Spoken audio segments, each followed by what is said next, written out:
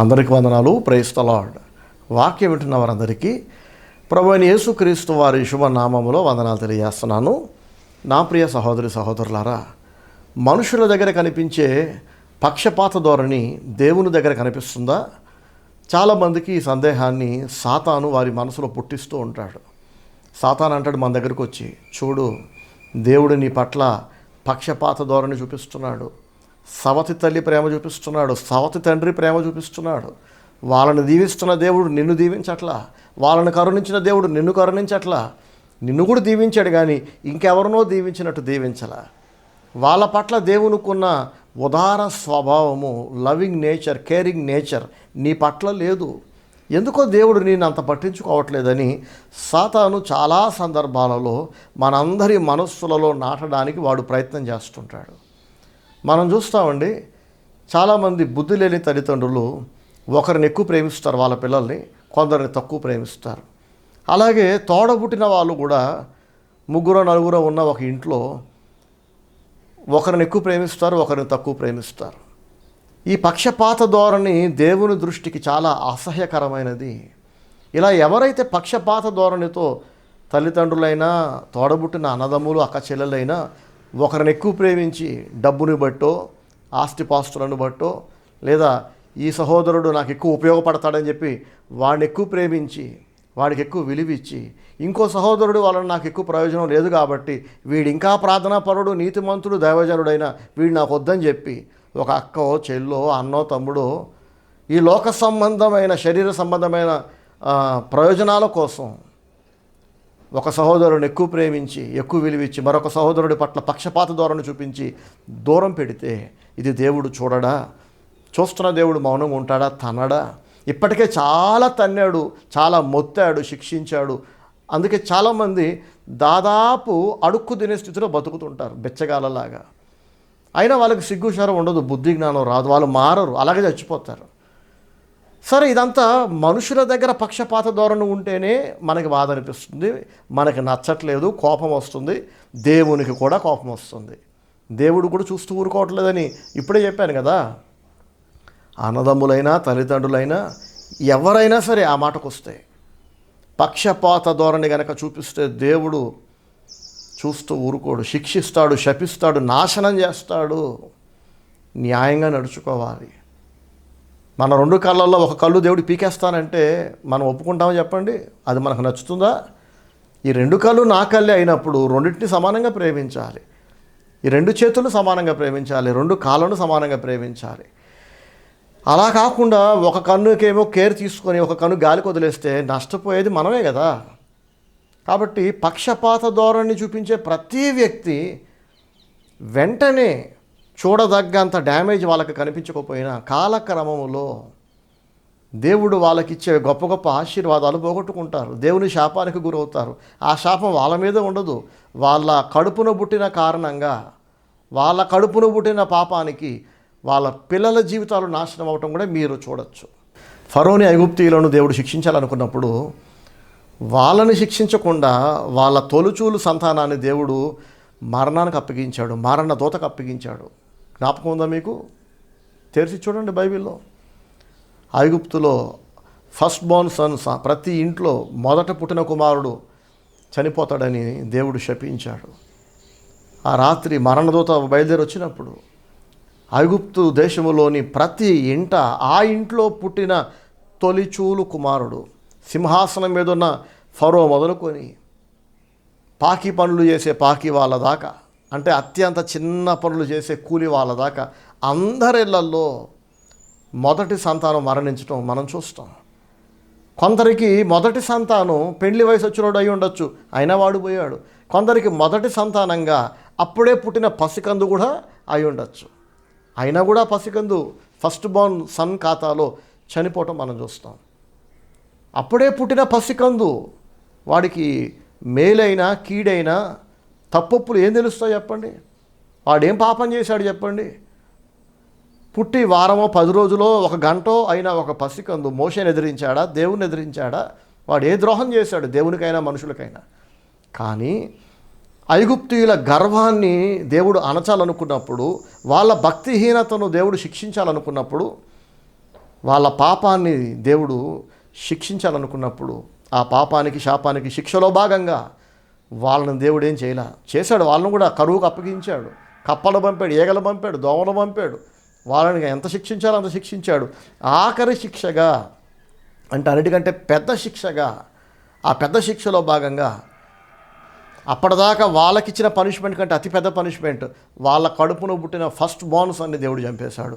ఆ first borns అని ఒకవేళ అప్పుడే పుట్టిన పసికంది అయినా సరే, తల్లిదండ్రులు చేసే తప్పులకు పిల్లలు నాశనం అవుతారు. తల్లిదండ్రులారా, చెవులు నిక్కబొడుచుకొని వినండి, గర్వాన్ని విడిచిపెట్టండి, అవిధేయతను విడిచిపెట్టండి. నాకు నచ్చినట్టు నాకు తోచినట్టు నేను మాట్లాడేస్తా, నిర్ణయాలు తీసుకుంటా, చేసుకుంటూ పోతా, దేవుడు పీకేదేం లేదు, పాస్టర్ గారు కనబడుతుందా, ఆయన చూస్తాడా ఏంటి, చూస్తే మాత్రం పీకేదేంటి అనుకుంటున్నారేమో. ఎంతోమంది జీవితాలు మంటలో పారేసిన ఒక పువ్వులాగా, ఆకులాగా కాలి బూడిదైపోతున్నాయి. దేవుని ఉగ్రతకు గురవుతున్నారు. అయినా బుద్ధి జ్ఞానం రావట్లే, సిగ్గుశారం ఉండట్లేదు. సరే, మనం ఎత్తుకున్న అంశం ఏంటి, టాపిక్ ఏంటంటే మనుషులు పక్షపాతం చూపిస్తేనే దేవుడు శిక్షిస్తాడు. అలా పక్షపాత ధోరణితో ఉన్న చాలామంది పిల్లలు శిక్షించబడటం, జీవితాలు నాశనం కావటం నేను చూసా. అయినా తల్లిదండ్రులకు బుద్ధి రావట్లా. ఇంకా అదే పాడు బుద్ధితో వాళ్ళు బ్రతికితే ఏమవుతుందో తెలుసా? రానున్న రోజులలో వారి సంతానము పూర్తిగా నాశనం అయిపోతారు. ఆ పిల్లలు ఎంత కష్టపడ్డా, తల్లిదండ్రులు ఎంత కష్టపడి వాళ్ళని పైకి లేపుదామని, లైఫ్లో సెటిల్ చేద్దామని ట్రై చేసిన ఆ పిల్లలు అంతకంతకు నాశనం అవుతూనే ఉంటారు. కారణం ఏంటంటే వారి తల్లిదండ్రులు చేస్తున్న తప్పులకు ఆ శాపము, ఆ శిక్ష, ఉగ్రత పిల్లలు కూడా అనుభవించాల్సి వస్తుంది. వాళ్ళ కడుపును పుట్టిన పాపానికి. ఇది దేవుడు నియమించిన ఒక న్యాయశాసనం. ఇది వినడానికి బాధగా అనిపించినా, మనకు నచ్చకపోయినా, నీకు నచ్చితే ఎంత, బోడి నచ్చకపోతే ఎంత, జరిగిపోతున్న వాస్తవాలు కళ్ళ ముందు కనబడుతున్నాయి. బైబిల్లో జరిగినాయి. బైబిల్ కాలంలోనే కాదు, మన కాలంలో కూడా జరుగుతూనే ఉన్నాయి. నేను చూస్తున్నా. దేవుడు అలా చేయుడు అని చెప్పి లాజిక్లు మాట్లాడతారు కొంతమంది, బుర్రలేని లాజిక్లు. ఆత్మ సంబంధమైన విషయాలను శరీర సంబంధమైన జ్ఞానంతో అనలైజ్ చేస్తే, వర్ణిస్తే, వివరిస్తే, అర్థం చేసుకోవడానికి ప్రయత్నం చేస్తే అర్థమవుతాయా? నా జ్ఞానానికైతే దేవుడు అలా చేయడం అనిపిస్తుంది. తండ్రి చేస్తే తండ్రిని అన్నారు కానీ కొడుకుని ఎందుకు అంటాడు, దేవుడు అంత అన్యాయస్తుడా అని ఒక శరీర సంబంధి, ఒక లోక సంబంధి, ప్రకృతి సంబంధి అయిన మనుషుడు దేవుడి గురించి ఆలోచిస్తే, చర్చిస్తే, బోధిస్తే వాడికి ఏం బుర్ర ఉందో, ఏం అర్థమవుతుంది చెప్పండి? ఆత్మ సంబంధమైన విషయాలు ఆత్మ సంబంధులకి అర్థమవుతాయి. ఇవాళ బైబిల్ అందరూ చదివేస్తున్నారు, అందరూ బోధించేస్తున్నారు. బోధకులం అవ్వాలనే పిచ్చి కోరికతో దేవుని పిలుపు లేని, అభిషేకము లేని, దేవుని వాక్కు లేని వాళ్ళందరూ వాక్యం ప్రకటించేస్తున్నారు. శరీర సంబంధమైన జ్ఞానంతో ఆత్మ సంబంధమైన విషయాలు బోధిస్తున్నారు. దానివల్ల దేవుని వాక్యం జనాలకు అందట్లా. దేవుని వాక్యం పేరుతో సాతాను బోధలు జనాల్లోకి వెళ్ళిపోతున్నాయి. ప్రజల్లో మారు మనస్సు రావట్లేదు, భక్తి పుట్టట్లా. మతం పుచ్చుకుంటున్నారు మనుషులు. క్రైస్తవ్యం అనే మతంలోకి మనుషులు మారిపోతున్నారు కానీ క్రీస్తు పోలికలోకి మారట్లా. క్రీస్తులో ఉన్న పవిత్రత, తగ్గింపు, క్రీస్తులో ఉన్న సకల సద్గుణాలు క్రైస్తవుల్లో కనబడట్లే. కారణం ఏంటంటే వాళ్ళకి మతం అందించబడింది. చర్చికి వెళ్తారు, రొట్టె ద్రాక్షరసం తీసుకుంటారు, అబద్ధాలు ఆడతారు, బూతులు మాట్లాడతారు, శపిస్తారు, పక్షపాతం చూపిస్తారు, దేవునికి భయపడరు, వాక్యానుసారంగా నడుచుకోరు. నా ప్రియ సహోదరి సహోదరులారా, వినుటకు చెవుడు గలవాడు వినుగాక, వినుటకు చెవులు గలవారు వినుగాక. నేను చెప్పేది వినే చెవులు మీకుంటే, అర్థం చేసుకునే మనస్సు మీకుంటే, గ్రహించే బుర్ర మీకుంటే, అంత మెదడు మీకుంటే, ఆత్మ సంబంధమైన జ్ఞానము గ్రహించే శక్తి మీకుంటే నన్ను నమ్మండి. దేవునితో ఆటలాడకండి, వాక్యంతో ఆటలాడకండి. మీరు ఎలాగో దెబ్బతింటారు. మీ కడుపున పుట్టిన పాపానికి మీ పిల్లల జీవితం నాశనం అయిపోతుంది. సో పక్షపాత ధోరణి కలిగిన వ్యక్తుల పట్ల దేవుని రియాక్షన్ ఎంత కఠినంగా ఉంటుంది, అది దేవుడు చూచి సహించడు. అలాంటిది ఆయన పక్షపాతం చూపిస్తాడా? నన్ను ఒకలా ప్రేమించి మిమ్మల్ని ఒకలా ప్రేమిస్తాడా? ఒక వ్యక్తిని ఎక్కువ ప్రేమించి మరొక వ్యక్తిని కులాన్ని బట్టో, మతాన్ని బట్టో, అందాన్ని బట్టో, ధనాన్ని బట్టో ఒకరిని ఎక్కువగా ఒకరిని తక్కువ చూస్తాడండి దేవుడు? బైబిల్ అంటుంది దేవునికి పక్షపాతం లేదని అంటుంది. చూడండి ఒకసారి రోమీయులకు రాసిన పత్రిక 2వ అధ్యాయము 11వ వచనములో ఎంతో స్పష్టంగా రాయబడింది. అపోస్తలుడైన పౌలు రాస్తున్నాడు, దేవునికి పక్షపాతము లేదు. ప్రైస్తలాడు, హల్లెలూయా. దేవునికి పక్షపాతము లేదట. ధర్మశాస్త్రము లేక పాపము చేసిన వారందరూ ధర్మశాస్త్రము లేకయే నశించెదరు. ఎంతో న్యాయవంతుడు ఆయన, భూలోక న్యాయాధిపతి. ఆయన తప్పు చేయడు, ఆయన పక్షపాతం చూపించడు. అపోస్తల కార్యాల్లో 10వ అధ్యాయం 34-35 వచనాల్లో అపోస్తలుడైన పేతురు ఇలా అంటాడు, చూడండి. దేవుడు పక్షపాతి కాడని నిజముగా గ్రహించి ఉన్నాను. ప్రైస్తలాడు, హల్లెలూయా. అంతకుముందు కూడా తెలుసు దేవుడు పక్షపాతి కాడని. కానీ ఇప్పుడు తన కళ్ళ ముందు జరుగుతున్న కొన్ని సంఘటనలు తాను ప్రత్యక్షంగా సజీవంగా చూసేసరికి ఏదైతే నిన్నటిదాకా తెలుసుకున్నాడో, నమ్మాడో, అది కార్యరూపం దాల్చేసరికి తన కళ్ళ ఎదుట జరుగుతుంది. ఏంటది? దేవుడు పక్షపాతి కాడు. ఆయన ఎవరినైనా ప్రేమిస్తాడు. ఆయనకు భయపడుతున్న వాళ్ళందరినీ ప్రేమిస్తాడు. అంటే దాని అర్థం ఏంటి? భయపడని వాళ్ళందరినీ పరిగెత్తించి తంతాడు ఆయన. అమ్మయ్య నువ్వు ఆగితే మళ్ళీ తంతుంటాడు ఆయన పరిగెత్తి. ఏంటోనండి, దెబ్బ మీద దెబ్బ. అమ్మయ్య అని చెప్పి కోలుకునే లోపే మళ్ళీ ఇంకొక చావు దెబ్బ. ఇలా బాధపడే వాళ్ళు ఆలోచించండి. అబద్ధాలు మానేశారా? ఇంకా అబద్ధాలు ఆడుతున్నారా?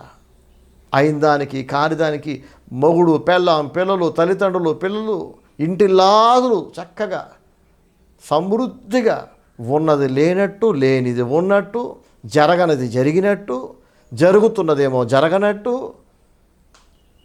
మనుషుల దగ్గర, మరొక మనిషి దగ్గర ఇలా అబద్ధాలు ఆడటమే తప్పు. మీరు అబద్ధాలు ఆడితే దేవుడు మీతో ఎలా ఉంటాడు? దయ్యాలు ఉంటాయి, సాతాను ఉంటాడు. నేను సత్యమై ఉన్నానన్నాడు దేవుడు. సత్యమై ఉన్న దేవుడు మనతో ఉండాలంటే మనం కూడా సత్యమే మాట్లాడాలి, నిజం మాట్లాడాలి. ఎందుకు ఇన్ని అబద్ధాలు దేనికి? ఎవరి దగ్గర ఏ అబద్ధం చెప్పారో గుర్తులేక చాలామంది అబాసు పాలవుతుంటారు. అబద్ధములకు జనకుడట సాతాను. వాడు అబద్ధికులందరికీ తండ్రి. పిల్లలకి ఏం నేర్పిస్తున్నారు మీరు? చాలామంది తల్లిదండ్రులు నేను చూశానండి, పిల్లలకి వీళ్ళు కలిపి గోరుముద్దలు తినిపించినట్లుగా ఇలా అబద్ధం చెప్పు, అలా అబద్ధం చెప్పు, ఇది జరగలేదని చెప్పు, అది జరగకపోయినా జరిగిందని నమ్మించేలా చెప్పు. ఇవన్నీ కూడా ఎవరి దగ్గర? మళ్ళీ దేవుడు అభిషేకించిన ఒక ప్రవక్త దగ్గర, మీ సంఘ కాపరి దగ్గర. సిగ్గుశరం లేదా మీకు? బాగుపడడానికైనా ఇలాంటి పాడు బుద్ధులు, ఈ పెంట బుద్ధులు, ఇన్ని దరిద్రాలు పెట్టుకొని మీ లైఫ్లో దేవుడు ఎందుకో చిన్న చూపు చూస్తున్నాడు. చిన్న చూపు కాదు, ఏదో ఒక రోజు మీరు నరకాగ్నిలో దేవుడు కాలుస్తాడు మిమ్మల్ని. ఇలాగే ఉంటే మార్పు లేకుండా మారకపోగా దేవుడు తంతుంటే దేవుడు ఎందుకో మా పట్ల చిన్న చూపు చూస్తున్నాడు. వాళ్ళని కాస్త ఎక్కువ చూస్తున్నాడు, మంచిగా చూస్తున్నాడు, మమ్మల్ని తక్కువ చూస్తున్నాడు. వాళ్ళు ఎక్కువ దీవించాడు, మమ్మల్ని తక్కువ దీవించాడు. ఇది దేవుణ్ణి నిందించటం కాదా? దేవదూషణ కాదండి ఇది.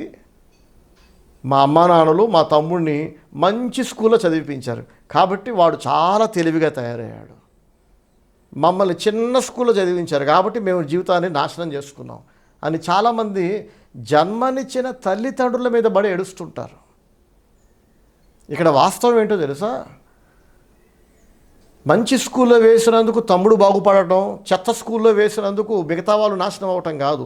ఈ దుర్మార్గులను, ఈ భక్తిహీనులను, ఈ పాపిష్టి వెధవ గుంపుని మిగతా వాళ్ళని తీసుకెళ్ళి ఎంత ఇంటర్నేషనల్ స్కూల్లో జాయిన్ చేసినా వీళ్ళలో ఉన్న వంకరతనము, భక్తిహీనత, అవిధేయత, ఈ పక్షపాత ధోరణి, సకల అవలక్షణాలు, వాక్య వ్యతిరేకమైన ఆలోచన విధానం, కుళ్ళు బుద్ధి, అసూయ, ఏడుపు, వీటితో నిండిపోయి ఇంటర్నేషనల్ స్కూల్లో చదివినా సరే వీళ్ళు జీవితాన్ని నాశనమే చేసుకుంటారు. స్కూల్లో మంచి స్కూల్లో చదివితే బాగుపడిపోవటం, చెడ్డ స్కూల్లో చదివితే నాశనం అవటం అంటూ ఉండదు. ఎంతమంది చిన్న చిన్న స్కూల్స్లో చదివి ఒంటి మీద బట్టలు లేక, తినడానికి తిండి లేక, నానా పాటలు పడి ఐఏఎస్ అవ్వలేదు, ఐపీఎస్ అవ్వలేదు, చెప్పండి, గొప్ప గొప్ప ఆఫీసర్లు అవ్వలేదు. చదువుకునేవాడు ఎక్కడున్నా చదువుతాడు, బాగుపడేవాడు ఎక్కడున్నా బాగుపడతాడు. నాశనమైపోయేవాడిని తీసుకొచ్చి యేసు ప్రభు పక్కన ఆయన 12 మంది గుంపులో పెట్టి, ప్రభా వీడు బయట ఉంటే చెడిపోయేలా ఉన్నాడు, కాస్త నీ పక్కనే పెట్టుకో ప్రభా అని పెట్టినా అలా పెట్టబడ్డవాడు యూదా ఇస్కరియోతు లాంటివాడు అనుకోండి, ఆడు బాగుపడ్డు. యూదా ఇస్కరియోతు 3.5 సంవత్సరాల పాటు యేసు ప్రభువు వెంట 12 మంది శిష్యులలో ఒక శిష్యుడిగా ఎంచబడ్డాడు. యేసు ప్రభు వెంట తిరిగాడు. యేసయ్యను కల్లారా చూశాడు. ఆయన బోధలు చెవులారా విన్నాడు. అనేక మార్లు యేసయ్యను తాకాడు. ఆయన పక్కన కూర్చున్నాడు, పడుకున్నాడు, పొడవలో ప్రయాణం చేశాడు, రోడ్డు మీద ట్రావెల్ చేశాడు. యేసు ప్రభు తగలకుండా ఉంటాడు చెప్పండి? ఆయన చేతులు తగలకుండా ఉంటాయా?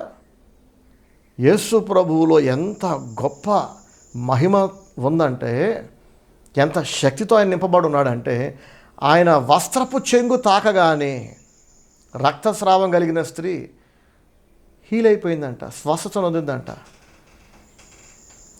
విశ్వాసం కలిగిన వ్యక్తి ఏమో వస్త్రం తాకగానే స్వస్థత నొందింది. కానీ యూదా ఇస్కరియోతు లాంటి ఒక దరిద్రుడు, ఒక భక్తిహీనుడు, శాపగ్రస్తుడు, ఒక సైతాను ముద్దుబిడ్డ, దొంగ, డబ్బులు దోచుకున్నాడు, అబద్ధికుడు, స్వార్థపరుడు, ఇలాంటోడు యేసు ప్రభువుని చేతులు తాకినా వాడిలో మార్పు లేదు.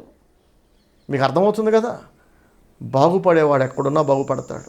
నేను బాగుపడాలి, దేవుని చేరుకోవాలి, దేవుని కొరకు బ్రతకాలనుకున్నవాడు ఎన్ని వ్యతిరేకమైన పరిస్థితుల మధ్యలో ఉన్నా, ఎన్ని ఆటంకాలు ఉన్నా, ఎన్ని కష్టాలు ఉన్నా, వాడు దేవుని కొరకు బ్రతుకుతూనే ఉన్నాడు. నేను అలాగే బ్రతుకుతున్నా. ఎన్నో వ్యతిరేకతలు, ఎన్నో ఆటంకాలు, ఎన్నో శ్రమలు, వీటన్నిటి మధ్యలో ఆనందిస్తూ ముందుకెళ్తున్నా.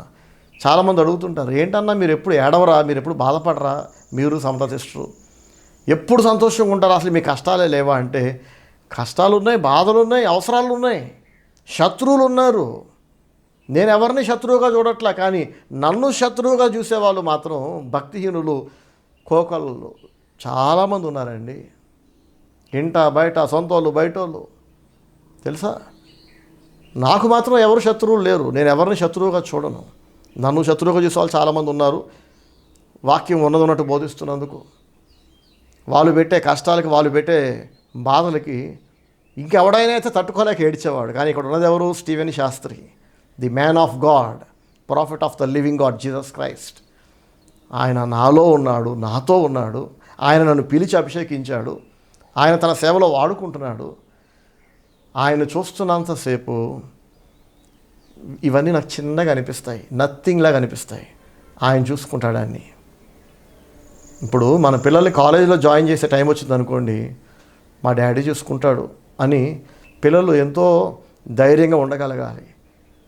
పిల్లలు మానసిక వేదన పడుతున్నారు. ఈ నాన్న ఉన్నా లేనట్టే, ఈ అమ్మ ఉన్నా లేనట్టే, వీడొక వేస్ట్ ఫాదర్, ఇదొక వేస్ట్ మదర్ అని చెప్పి వాళ్ళు కుమిలిపోతున్నారు అనుకోండి. ఇక ఆ పిల్లలు బాధ ఎవరు చెప్పుకుంటారు? ఇంకా ఆ తల్లిదండ్రులు ఉన్నా సచిన ఒకటే కదా. ఇంకా అలాంటి తల్లిదండ్రులు ఉన్నా కూడా పిల్లలకి ధైర్యం కలగట్లా, భరోసా కలగట్లా. ఇక అదేం తల్లిదండ్రులు చెప్పండి? కానీ ఒక మంచి ఫాదర్ పిల్లలకి భరోసా, ధైర్యం, ఆదరణ కలిగిస్తాడు. నాకేంటి, మా నాన్న ఉన్నాడు. అలా నా పరలోకపు తండ్రి నాతో ఉన్నాడు కనుక నాకు ఆదరణ ఉంది, నాకు నెమ్మది ఉంది, నాకేం చింత లేదు. ఆయన చూసుకుంటాడు. శ్రమలు ఉన్నాయా, ఆయనే బయటేస్తాడు మొత్తం. నేను ఆయనకి ఇష్టడుగా బతుకుతుందా? మీరు కూడా ఆయనకి ఇష్టలుగా బతికారనుకోండి, ఆయనకు భయపడుతూ బతికారనుకోండి, ఆయనకి ఫస్ట్ ప్లేస్ ఇచ్చారనుకోండి, ఆయన చూసుకుంటాడు, అన్ని అవసరాలు తీరుస్తాడు. మనకు వ్యతిరేకంగా లేచిన వాళ్ళందరినీ తొక్కటం కూడా మన పని కాదు, దేవుని పని. ఆయన చూసుకుంటాడు. మిమ్మును ముట్టినవాడు నా కనుపాపను ముట్టినట్టు అంటాడు ఆయన. దేవుని ఆత్మతో నింపబడి దేవుని కొరకు త్రికరణ శుద్ధిగా యథార్థంగా దేవుని ప్రేమిస్తూ బ్రతుకుతున్న తన భక్తుల జోలికి ఎవరైనా మాట వలన కానీ, చేతల వలన కానీ, డైరెక్ట్గా కానీ, ఇండైరెక్ట్గా కానీ వచ్చి హర్ట్ చేస్తే, బాధ పెడితే, కృంగదీసే ప్రయత్నం చేస్తే, దేవుడు వాళ్ళు చేస్తున్న దాన్ని దేవుడు విత్తనంగా చూస్తాడు. 100 రెట్లు అధిక అవమానాలు, బాధలు, ఓటమి, అపజయాలు, ఎదురు దెబ్బలు, చావు దెబ్బలు దేవుడు వాళ్ళకి ఇస్తాడు. నా కళ్ళ ఎదుట నా కొడుకు జోలికి వస్తే నేనే ఊరుకోను. దేవుడు చూస్తుండగా నా జోలికి వస్తే, మీ జోలికి వస్తే, మీరు దేవుని బిడ్డ అయితే దేవుడు చూస్తూ మౌనంగా ఉంటాడా? ఉండడు కదా. అయితే భక్తిహీనంగా బ్రతుకుతూ దేవుని మీద పడి ఏడుస్తారు ఎందుకండి? భక్తిహీనంగా బ్రతుకుతూ పాస్టర్ గారి మీద పడి ఏడుస్తారు ఎందుకండి? నోటి నిండా అబద్ధాలు, నోరు తెరిస్తే ఉన్నాయి లేనట్టు, లేని ఉన్నట్టు మీరు మాట్లాడటమే దరిద్రం. అంటే మీ పిల్లలకి ఆ దరిద్ర బ్రతుకు అలవాటు చేసి ఒకవైపు నేను బోధనలు చేస్తున్నా కదా, యూట్యూబ్లో అందిస్తున్నా, చర్చిలో చెప్తున్నా, కలిసినప్పుడు చెప్తున్నా, భక్తిగా బతకండి, అబద్ధాలు ఆడకండి, మోసం చేయకండి, ఉన్నది లేనట్టు లేనిది ఉన్నట్టు చెప్పకండి అంటే మళ్ళీ నా దగ్గరికే వచ్చి చెప్తే మీరు ఎలా బాగుపడతారు? ఇంకా చెప్పండి, ఎలా బాగుపడతారు? అపోస్తలుడైన పౌలు ఏమంటున్నాడు చూడండి, అపోస్తల కార్యాలు 10వ అధ్యాయము 34వ వచనం. దేవుడు పక్షపాతి కాడని నిజముగా గ్రహించి ఉన్నాను, ప్రతి జనములోనూ ఆయనకు భయపడి నీతిగా నడుచుకొను వానిని ఆయన అంగీకరించును. Praise the Lord, hallelujah, thank you Jesus. ప్రతి జనములోనూ ఆయనకు భయపడి. నా వెనక అందరూ రిపీట్ చేస్తారా ఈ వాక్యం? నేను చదువుతుంటా, నా వెనక రిపీట్ చేయండి. అపోస్తల కార్యాలు 10:34-35. దేవుడు పక్షపాతి కాడని నిజముగా గ్రహించి ఉన్నాను, ప్రతి జనములోనూ ఆయనకు భయపడి నీతిగా నడుచుకుని వానిని ఆయన అంగీకరించును. ప్రైజ్ ది లార్డ్, హల్లెలూయా.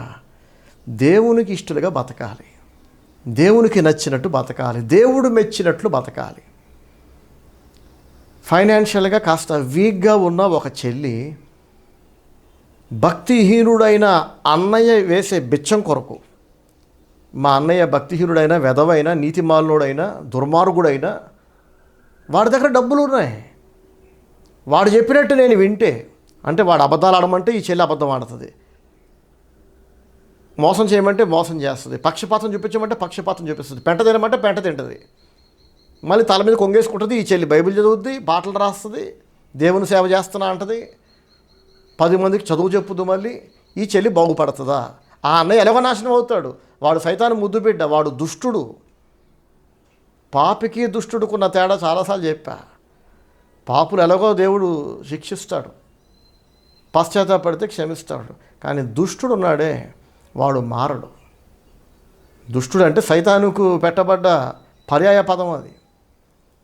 వాడు మారడు, ఎవరిని మారనివాడు, వాడు బాగుపడడు, ఎవరిని బాగుపడనివాడు, వాడు చెడిపోతాడు, అందరినీ చెడగొడుతూ ఉంటాడు. అది దుష్టుల లక్షణం. అలాంటి దుష్టుడైన ఒక అన్నయ్య వేసే బిచ్చం మీద ఆధారపడ్డ ఒక చెల్లె ఎప్పటికీ దీవించబడుతుంది చెప్పండి? 10 ఏళ్ళు బెచ్చం బతుకు, 20 ఏళ్ళు బెచ్చం బతుకు, అడుక్కు తినే బతుకు.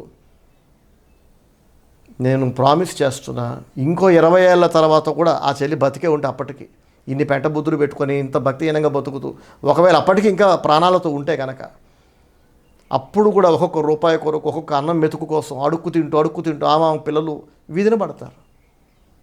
ఎందుకంటే ఆమె దేవుని మీద ఆధారపడట్లా, దేవుని నమ్మట్లా. నువ్వు ఇచ్చే సాయం నాకు అక్కర్లా, నువ్వు చెప్పినట్టు నేను అబద్ధాలు ఆడను, మోసం చేయను, పక్షపాతం చూపించను, దిగజారను, విలువలు కలిగి బతుకుతాను అన్నయ్య నేను. నాకు దేవుడు ముఖ్యం, వాక్యం ముఖ్యం, ధర్మం ముఖ్యం, న్యాయం ముఖ్యం అని ఆమె నిలబడి దుష్టుడని తన సహోదరుని ఎదిరించి నువ్వు సాయం చేస్తే చేయి, లేకపోతే లేదు. నువ్వు చేసే ఆ బోడి సాయం కొరకు నేను దేవునికి దూరం కాలేను, వాక్యానికి వ్యతిరేకంగా నడుచుకోలేను, ధర్మాన్ని తప్పలేను, నీతి తప్పలేను, న్యాయం తప్పలేను, పక్షపాతం చూపించలేను అని చెప్పి ఈ సహోదరి గనక దేవుని మీద ఆధారపడి, ప్రభువా పేదదానిగానైనా బతుకుతాను కానీ నీతి తప్పను నాయన, న్యాయం తప్పను, ధర్మం తప్పను అని దేవుని మీద ఆధారపడితే దేవుడు ఎప్పుడో దీవించేవాడు. ఆమె కంటే దౌర్భాగ్యపు స్థితిలో ఉన్న అనేక మంది సహోదరులు మన పరిచర్యలో దేవుని వలన దీవించబడి, హెచ్చించబడి సర్వ సమృద్ధితో బతుకుతున్నారు. నా ప్రియ సహోదరులారా, దేవుని మీద ఆధారపడండి, దేవునికి భయపడండి. మనుషులకు భయపడి, మనుషులకు లోబడి, మనుషులకు దాసులుగా బతుకుతూ, వాళ్ళకి నచ్చినట్టు బతుకుతూ, వాళ్ళకి నచ్చినట్టు బ్రతకడంలో భాగంగా మీరు వాక్యాన్ని మేరటం, దేవుని బాధ పెట్టడం, తప్పని తెలిసి తప్పులు చేయటం, దేవుడు మీతో ఉండడు, దేవుని శాపం వస్తుంది. ఆ తర్వాత వచ్చి మళ్ళీ మేము బైబిల్ చదువుతున్నాం, చర్చికి వెళ్తున్నాం, దశమ భాగం తీస్తున్నాం, మేము ఎందుకు బాగుపడట్లేదు, మా పిల్లలు ఎందుకు సెటిల్ అవ్వట్లేదంటే మీరు మనుషులకు దాసులుగా బతుకుతున్నారు, మనుషులను మెప్పించడానికి ట్రై చేస్తున్నారు. నిలబడండి. ఉంటే ఉంటాడు అన్నయ్య, పోతే పోతాడు. ఉంటే ఉంటారు మీ బంధువులు, పోతే పోతారు. మీకు ఈ వాక్యం బోధిస్తున్నా, నేను ఏ మనిషికి దాసుడిని కాను. దేవుని సేవలో ఉన్నాను కదా, ఫుల్ టైం మినిస్ట్రీలో ఉన్నాను కదా. ఫుల్ టైం మినిస్ట్రీ అంటే ఏంటి? ఏ పని చేయను, నేను చేయను, నా భార్య చేయదు. నేను దేవుని సేవ చేసుకుంటూ నా భార్యను ఉద్యోగానికో వ్యాపారానికో పంపించి ఫుల్ టైం మినిస్ట్రీ అంటే అంతకంటే సిగ్గుచేటికి ఒకటి లేదు. ఇంకా చాలామంది అలా చెప్పుకు తిరుగుతున్నారు. అలా కాదు. నేను, నా భార్య, నా పిల్లలు అందరం దేవుని సేవలో ఉన్నాం. దేవుని సేవ మీద ఆధారపడి బ్రతుకుతున్నాం. సువార్త పని చేసేవాడు సువార్త వలన జీవించాలన్నాడు యేసయ్య. నేను అలాగే బ్రతుకుతున్నా. నేను నిన్ను పోషిస్తాను, నా పని చేయన్నాడు దేవుడు. నేను అలాగే బ్రతుకుతున్నా. నన్ను కూడా చాలామంది విశ్వాసులు వాళ్ళకి దాసుడుగా బెండ్ చేయడానికి ట్రై చేస్తుంటారు. ఇదిగో దశమభాగం ఇస్తున్నా, నా దగ్గర తగ్గుండు అని కోరుకుంటారు. నేను చెప్పినట్టు విను అని ట్రై చేస్తారు.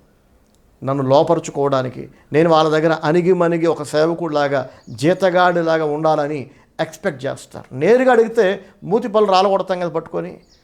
దేవునికి ఇచ్చే సొమ్మిది నువ్వు నాకు ఇస్తున్నట్టు కాదు. నీకు ఆ విశ్వాసం లేకపోతే తీసుకెళ్ళిపోక్కర్లేదు. కానీ ఇది దేవుని సొమ్ము, దేవుని ప్రతినిధిగా మీకు ఇస్తున్నా, మీకు ఇస్తే మీకు ఇచ్చినట్టు కాదు, దేవునికి ఇచ్చినట్టు అని నమ్మి ఇస్తే మళ్ళీ వంకర పనులు ఏంటి? అంతే కదా. మళ్ళీ పాస్టర్ గారికి కానుకలు ఇచ్చి, పాస్టర్ గారు నా దగ్గర అణిగిమణిగి ఉండాలి, నా దగ్గర జీతగాడిలా ఉండాలి మీరు కోరుకుంటే మీరు ఇచ్చిన దానికి ప్రతిఫలం ఉండదు. దేవుని శాపం వస్తుంది. అది ఎలాగో వస్తుంది. మరి నా ప్రవర్తన ఎలా ఉండాలి? వీళ్ళందరికంటే ఎక్కువ కానుకలు ఇస్తున్నారు కాబట్టి వీళ్ళకి అందరికంటే ఎక్కువ విలువ ఇద్దాం. వీళ్ళు తప్పుడు దారిలో వెళ్ళినా సరే వాళ్ళని ఏం గద్దించొద్దు, వాళ్ళు దిగజారి బతికినా సరిచేయొద్దు అని నేను అనుకుంటే దేవుడు నాతో ఉన్నాడు కదా. కాబట్టి ఎవరు ఎక్కువ కానుకలు ఇచ్చినా, ఎవరు తక్కువ కానుకలు ఇచ్చినా అందరితో ప్రేమగా ఉంటా. ఎవరు వాక్యానికి వ్యతిరేకంగా బ్రతుకుతున్నా నేను ప్రేమగా వాళ్ళని సరిచేస్తా. అనేక సార్లు ప్రేమగా ఓర్పుగా సరిచేశాక కూడా వాళ్ళు మారకపోతే కఠినంగా నా గొంతు పెంచుతా. ఏంటి పాస్టర్ గారు, ఏంటి వాయిస్ రైజ్ అవుతుంది? మొన్నటిదాకా ప్రేమగా చెప్పారు, ఇప్పుడేంటి వాయిస్ రైజ్ గట్టిగా మాట్లాడుతున్నారు? జాగ్రత్త, ఎవ్రీ మంత్ ఇంత డబ్బు ఇస్తున్నా మీకు అని ఎవరైనా బెదిరించే సాహసం నా దగ్గర చేయగలరా అడగండి. మీకు పరిచయం వాళ్ళు అంత డేర్ చేయగలరా?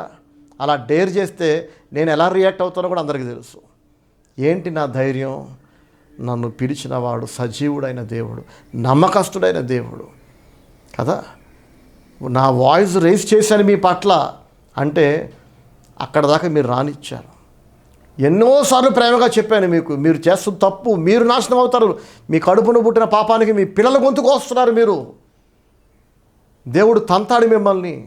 గర్భఫలము యెహోవా ఇచ్చు బహుమానం అని రాస్తుంది. తీర్పు రోజున మీ పిల్లల గురించి దేవుడు మిమ్మల్ని లెక్కడికి నరకంలో పడేస్తాడు.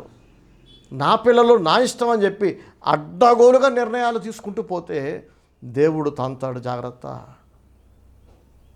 ఇది ప్రేమగా చెప్తే విననప్పుడు ఏదో ఒక టైం వస్తుందండి. అప్పుడు కూడా వాళ్ళ మంచి కోసమే. నేనేం బూతులు తిట్టను, బలుపుగా మాట్లాడను, కఠినంగా మాట్లాడతా. అక్కడ దాకా తెస్తే అలా మాట్లాడినందుకు నా మీద పెత్తనం చేసినారు, కొంతమంది చేశారు. అదే ఇక ఆఖరిసారి నేను వాళ్ళతో వాళ్ళు నాతో మాట్లాడటం, అలా ముఖం చూడాల్సిన అవసరం కూడా నాకు లేదు. వాళ్ళతో కలిసి ఉండను, వాళ్ళు ఇచ్చే డబ్బు కూడా నేను తీసుకోను. మరి అప్పుడు నాకు ఇబ్బంది అవ్వదా అంటే ఎలా ఇబ్బంది అవుతుంది? నేను ఎడదాకా ఇచ్చింది వాళ్ళు కాదు కదా, దేవుడు ఇచ్చాడు. వాళ్ళ చేత దేవుడు ఇప్పించాడు.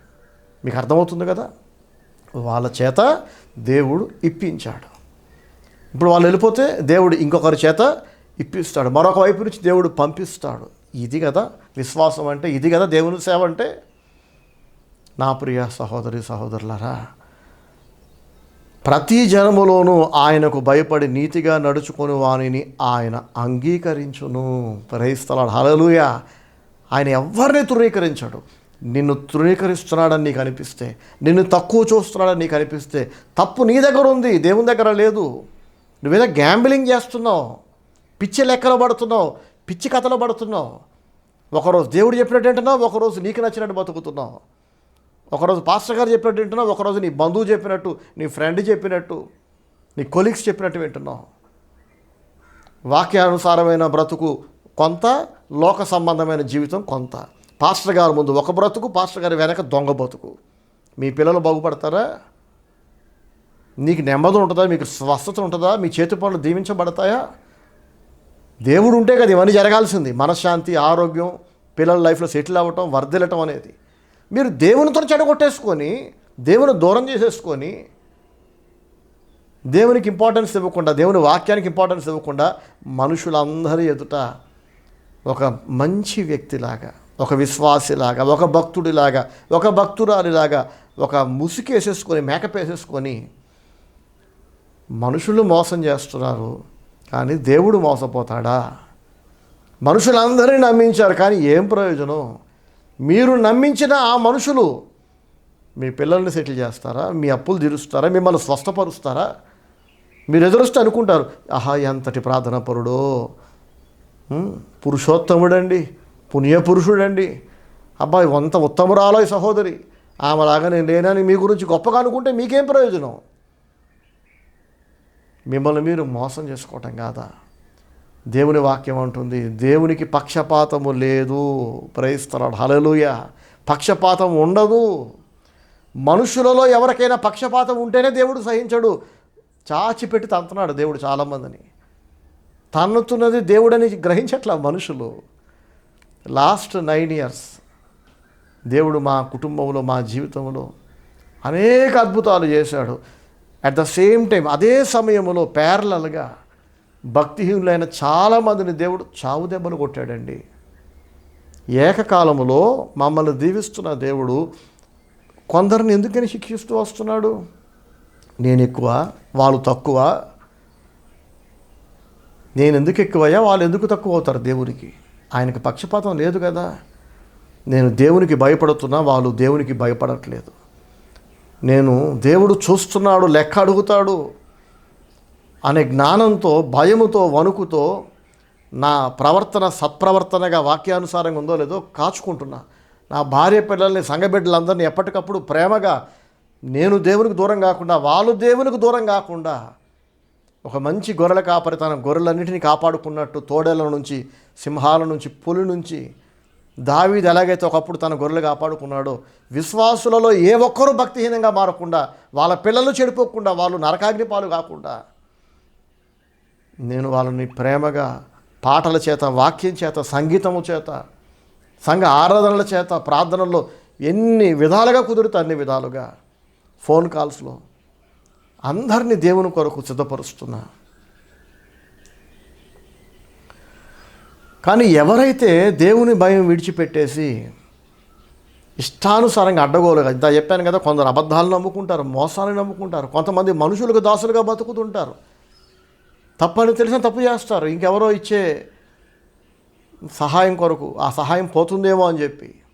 సరే, ఏదేమైనా దేవుని వాక్యం ఉంటుంది, దేవునికి పక్షపాతము లేదు. కనుక వాక్యం వింటున్న ప్రతి ఒక్కరూ కూడా సాతాను మీ మనస్సులో నాటుతున్న సందేహపు విత్తనాలను తీసి పారేయండి. దేవునికి పక్షపాతం లేదు. ఆయనకు అందరూ సమానమే, ఒకరు ఎక్కువ ఒకరు తక్కువ కాదు. ఎవరైతే భక్తిహీనంగా ఉంటున్నారో, ఎవరైతే దేవునికి భయపడట్లేదో వాళ్ళందరినీ దేవుడు తంతున్నాడు. ఆ తనటం కూడా ప్రేమలో భాగమే, శిక్షలు కూడా ప్రేమలో భాగమే. ఆ శిక్షలో భాగంగా దేవుడు పంపే అనారోగ్యాలు ప్రేమలో భాగమే. మనం మారాలనే ప్రేమతోనే దేవుడు పంపిస్తున్నాడు ఆ శిక్షలు, ఆ పనిష్మెంట్స్ అన్నీ, ఆ జబ్బులైనా, ఫైనాన్షియల్ ప్రాబ్లమ్స్ అయినా, పిల్లల లైఫ్లో సెటిల్ అవ్వకపోవటం అయినా, మనం మారాలని దేవుడు పంపే ప్రేమలో భాగమే. సో దేవుడు నన్ను ప్రేమించి గతములో అడిగినవి అడగనివి ఇచ్చాడు. ఆ దేవుడే ప్రేమతో నన్ను కొడుతున్నాడు. ఇప్పుడు నేను మారాలని ఉన్నవి కొన్ని తీసేస్తున్నాడు, ఆరోగ్యాన్ని తీసేస్తున్నాడు, నా పిల్లల్ని సెటిల్ అవ్వకుండా చేస్తున్నాడు దేవుడని. అది దేవుని ప్రేమ. మనల్ని తనవై పిలుచుకోవడానికి ఇవన్నీ సాధనాలుగా వాడుతున్నాడని గుర్తుపట్టాలి. అంతే తప్ప మనుషుల మీద సనగటం, గొనగడమే దరిద్రం అంటే మళ్ళీ దేవుని మీద కూడా సనగటమా? ఇది ఇంకెంత దరిద్రం చెప్పండి. ఇంకా తప్పు కదా, దేవదోషణ ఇది. దేవుడు పక్షపాతం చేశాడు, ఏమంటే పక్షపాతం చూపిస్తున్నాడు, చిన్న చూపు చూస్తున్నాడు అని మాట్లాడటం అది దేవదూషణ.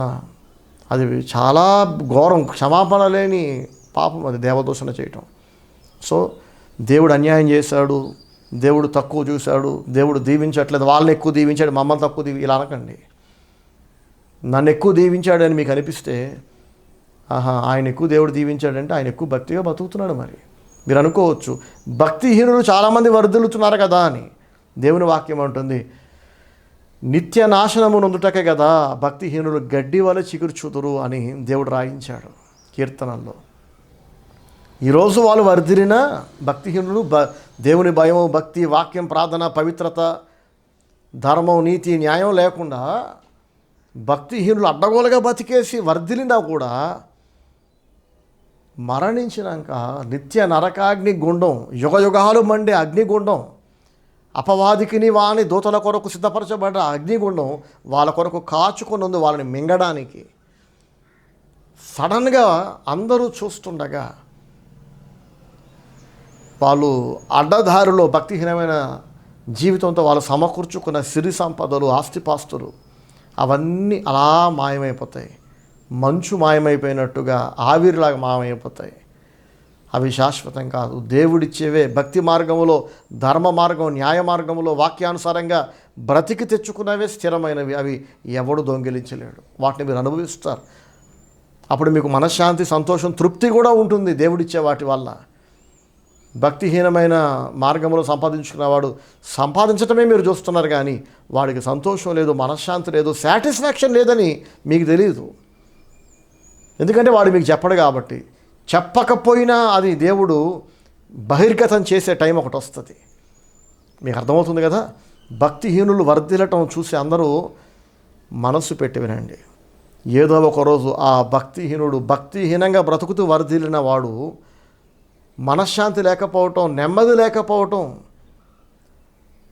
సంతోషము, సంతృప్తి లేకపోవటం, సాటిస్ఫైడ్ లైఫ్ నాకు లేదు అని వాడంతటా వాడు చెప్పే పరిస్థితులు అవి మీరు చూసేలాగా, మీరు వినేలాగా, అందరికీ తెలిసేలాగా దేవుడు చేస్తాడు. అప్పుడు మీకు అనిపిస్తుంది వీడికంటే నేనే నయం కదా, ఇంకా నాకంటే బోర్డు సంపాదించేశాడు వీడు, కానీ నాకున్న ఆరోగ్యం వీడికి లేదు, నాకున్న మనశ్శాంతి వీడికి లేదు, నాకున్న సాటిస్ఫాక్షన్ వీడికి లేదు. ఇప్పుడు ఎవరు గొప్పవాళ్ళంటే నేనే గొప్పవాడిని. ఆస్తిపాస్తుల పరంగా వాడు గొప్పవాడు, సంతోషం విషయంలో నేను గొప్పవాడిని. ఆస్తిపాస్తుల పరంగా భూములు, ఆస్తులు, పొలాలు, బంగారం, పాలసీలు పరంగా వాడు గొప్పవాడు, ఆరోగ్యపరంగా నేను గొప్పవాడిని, మనశ్శాంతి పరంగా నేను గొప్పవాడిని, సంతోషం విషయంలో నేను గొప్పవాడిని. వాడికి నెమ్మది లేదు, సంతోషం లేదు, ఎప్పుడు చూసినా ఎడుతుంటాడు, సనుగుతుంటాడు, గుణుకుతుంటాడు, ఎప్పుడు ఎవరో ఒకరిని నిందిస్తుంటాడు. వాళ్ళు మంచోళ్ళు కాదు, వీళ్ళు మంచోళ్ళు కాదు అని ఎవరో ఒకరి మీద నిందలు వేస్తుంటాడు. చివరికి దేవుని మీద కూడా నిందేస్తాడు. ఏమని?